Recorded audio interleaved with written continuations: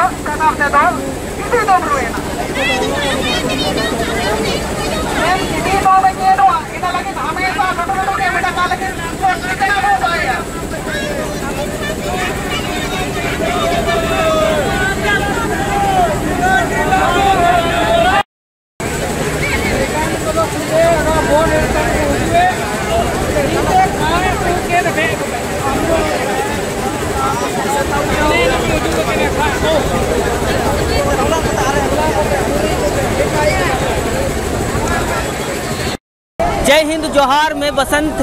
आप देख रहे हैं वंदे भारत। आज हमारे पीछे में जो आप ये लोगों को देख रहे हैं, ये लोग जो हैं NH में नो एंट्री लागू करने को लेकर आज धरना प्रदर्शन कर रहे हैं। और आपको बता दूं कि कुछ दिन पहले मतलब कल रात 8 बजे से ही यहाँ पर जो है निषेधाज्ञा लागू है, 163 धारा लागू है और यहाँ पर भारी मात्रा में पुलिस बल भी मौजूद है जो इन लोगों को रोक रही है। इनका कहना है कि आए दिन सड़कों पे बहुत सारी दुर्घटनाएं हो रही हैं, जिससे बच्चे से लेकर बूढ़े तक सभी लोग प्रभावित हो रहे हैं। ये लोग डिमांड कर रहे हैं, ये लोग मांग कर रहे हैं कि जल्द से जल्द नो एंट्री लागू किया जाए। मंत्री तेरे मतलब का समझाओ ना आलिया दुख दर्द का समझाओ ना इना मेंते आले दिसिंग माने नो एंट्री लागू इसी लगे ले हुजू के ना आले जब तक निंतर आलिया मांग का पुरया तब तक आले रोडे तक आले तो मिना निडेरो सिंगी और बरसिंग और मी हा तो हुबा और आले रोडे तक आले तो मिना आले निंतारे के मंडी ले उतुयरे अंतले जो मिया जब आले ए तो आयता से ना लगे रे तो आले माने 200 मीटर या धारा लागू किदा मैं तो आले ता आले गेले जिते होता ये बहुत एमता एनारे तो नियम का लागू किदा एन तो ना जब आयता सेनो लगी तो धरना लगी रे तो आया माने 200 मीटर या धरना लागू किदा जो ना रोड रे निमिन गाड़ी एक्सीडेंट हुआ होता इनारे धरना छिने में तक लागू इतना आले इनारे परेशानी ते आले निंताले हुजू केने आले जब तक आले तारे माने निंता काय हुजू है ओंडो आलिया खाजी एरिया मागाई काय पुरया तब तक आले तो मिनाले निंता आते। दादा, आज आप लोग यहाँ रोड में बैठे हुए हैं, किस लिए बैठे हैं? आपका चैनल वंदे भारत की और यह चैनल को देखने वाले सभी दर्शक को मेरी ओर से जोहार। आज हम लोग चाईबासा में धरने पर इसीलिए बैठे हैं, रोड पर इसीलिए बैठे हैं क्योंकि हमारा इस रूट में दिन में नो एंट्री नहीं लगने के वजह से बहुत ज़्यादा एक्सीडेंट हो रहा है और हमारे स्कूल के बच्चे, बड़े बुजुर्ग का अकाल मृत्यु हो रहा है। दुर्घटना से।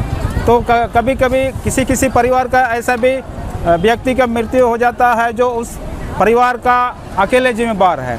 तो उस परिवार का देखा जाए तो भविष्य वहीं से ख़त्म हो रहा है। पहले यहाँ नो एंट्री लगता था दिन में, तो इस तरह का घटना बहुत ही कम, किसी का अगर गलती से हो गया तो हुआ, नहीं तो इस तरह का घटना नहीं हो रही थी। लेकिन अभी जब से दीपक बिरुवा पर्यावरण मंत्री बना है, उसके बाद कई बार प्रशासन से बात हुआ है कि यहाँ पर बहुत ज़्यादा घटना हो रही है, यहाँ जिला या डीसी से भी, तो बहुत ज़्यादा घटना होने के वजह से इसको रोका जाए। तो उन्होंने हर बार सिर्फ आश्वासन दिया है, कभी नो एंट्री नहीं लगाया है। यहाँ तो लगता है कि तानाशाह तरह का काम हो रहा है और बार बार कहने के बाद भी नहीं मान रहा है। इसीलिए आज लोग निर्णय लिया है कि हम लोग दीपक बिरुवा से बात करेंगे। परिवहन मंत्री भी हैं और हमने उनको वोट दिया है। हमारा सुरक्षा होना चाहिए, लेकिन हमको मरवाने का काम कर रहे हैं। इसीलिए आज धरने पर बैठने के लिए मजबूर हुए हैं। नो एंट्री आंदोलन को लेकर 25 तारीख को 4 नेताओं को गिरफ्तार किया गया है, उसको लेकर आप क्या कहें? देखिए, ये संविधान